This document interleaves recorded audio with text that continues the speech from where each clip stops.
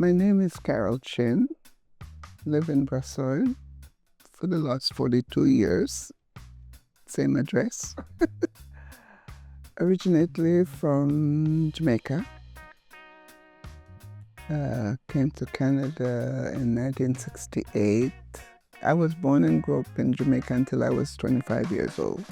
Then I migrated to Canada. But Jamaica is one of the most beautiful places on this earth. We have everything, all types of flowers. Beautiful bougainvillea, different colors. The salt water, the sea, the blue sky, the trees. It's breathtaking.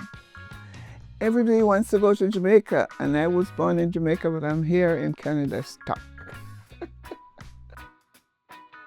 So I came to Canada, and I need a job, and Canada provided that for me. I really needed to work, and that was what I found here in Canada, that I had work, and I worked until I retired. So thank God for Canada. I came through migration. I was processed in Jamaica. I got everything done in Jamaica because I had my sister here who applied for me. I asked her and she sponsored me. So I migrated here and my family came after. I lived in Britain for the first 12 years of our life here. We were renting, and it was becoming really hard to find rental. Of course, we have a problem with color. Yeah. So after a while, the rent was becoming even more expensive. We looked for a home and we found a home. But my older sister had moved to Greenfield Park from Verdun. And when it was time for me to leave Verdun, I wanted to come closer to my sister. So I reside in Brussels, she resides in Greenfield Park, but very close to each other, yeah. I did not live in any expectation. I remember being in school, reading about snake in Canada and saying I would never live in Canada because there was snake. But I came to Canada and there was no snake, so yeah, sometimes we have to be careful. But yes, I was able to find a job and I was able to go back to school and I was able to take care of my family. Canada is a very blessed place and they provide so much for us. And I can say thanks to Canada today because I'm retired and I have a little home of my own. Life was different. We worked, but we had no life. In Jamaica, we work and we can live. Here we work and we work and we work, but there was nothing, there was no recreation for us. So we miss out on that being here because of the fact that you want to make as much money. The pay was really small. And you have so much to do, so we try to work like extra jobs. There was always work. There was always work. And there was really not a lot of fun. Yeah, because at the time, the people there wasn't a lot of people. There wasn't a lot. So we would get together like holiday time, but we never had time to party on weekend and because for example the pay when we started to work was so small that we need to work extra. $35 a week working.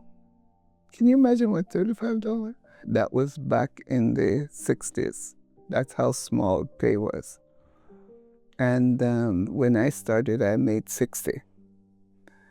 But also, even though you make $60 a week, it didn't go very far. We miss that time we had in Jamaica because we don't have a lot of hard work, but we have fun. And we were missing that because the winter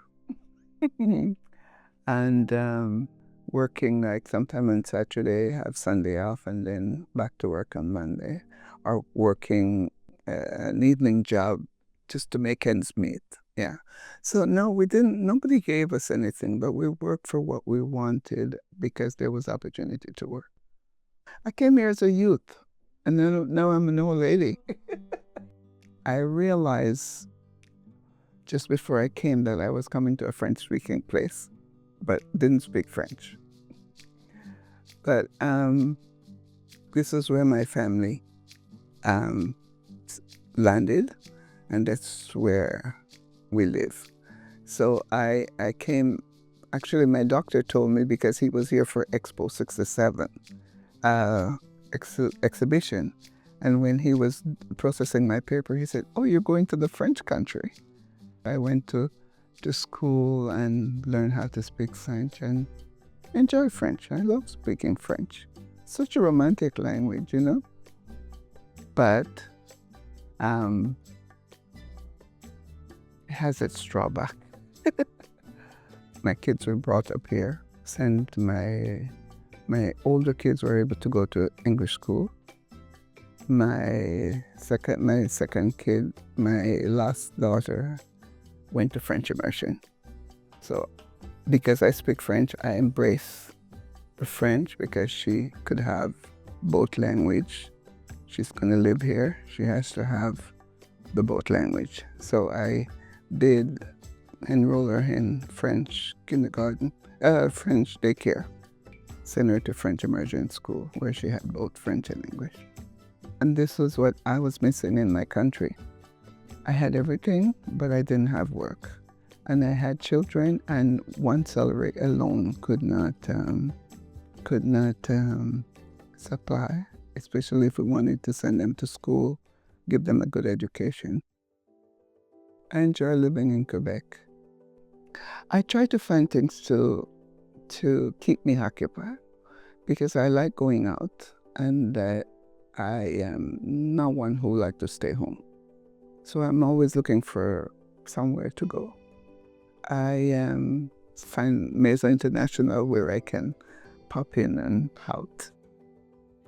I come here for a coffee. I come here for French. I come here to meet the people. So this is good. This is good resort. But when I came to Canada, there was no such thing as Maison Internationale.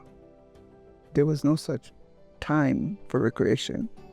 But now that I'm retired, yes, I'm happy to be able to come here. Thank God for and the government for opening up places like this where, we could meet, we could come together and meet. My goal is to help anyone I can help, because to give back to what was given to me. There's a lot more people here now than when I came, and there's a lot of people who need a ride somewhere, need a bit of information, So whatever I can do to help, this is because we have to give back. I like living here. I feel that I belong. I know that I belong here, but I don't feel that I belong here because I cannot speak my language. I cannot get any service in the language that I am familiar with. I live most of my life here, but I really truly don't feel that I belong here where that part is concerned. The ocean, the flowers. Thank God I can still see it on TV. Yeah. I embrace it when I see it. Doing my exercise in the morning out of Montego Bay, looking at the water, looking at the flowers. It brings back, makes me feel good. Yeah. I had my parents still living in Jamaica. And I had siblings still living in Jamaica. So from time to time, I was going back and forth to Jamaica to visit my parents, and to take care of them. both of my parents died, and my siblings that were there are also gone. So there's nieces and nephews, but they have their life, so they have no time to facilitate me when I go there, but I still go on vacation. We didn't accumulate a lot of money while we were raising children and working, so we don't have a lot of money to go on vacation often. So yes, we miss that, because then when you have money, you can go on vacation anytime. My souvenirs in my head. Yeah. I don't have any souvenir. I didn't bring any souvenirs, so it's my memory. We still cook our food, our native food. We eat pretty much what we grew up with. And I cook native food for myself and for my family, because this is what we know, and it's satisfying and it's fun, when we get together, recreating those dishes that we grew up with. Life is hard, but it's as hard as you allow it to be. Life is good if you allow it, but you have to allow it, because what it is, it's that many times we want more than we can have. And so we need to climb the ladder to take it down. Many people have a credit card, for example, and oh yes, it's a credit card, I can, but you have to pay your credit card once you use it. It's not for free. So before you know it, we get into debt, and we have this $10,000 debt, and we have debt we cannot pay. But we have to learn to live within our means and be satisfied. Because until we're satisfied, we won't have problems. But if we are always reaching for what we cannot have, then we find ourselves in trouble.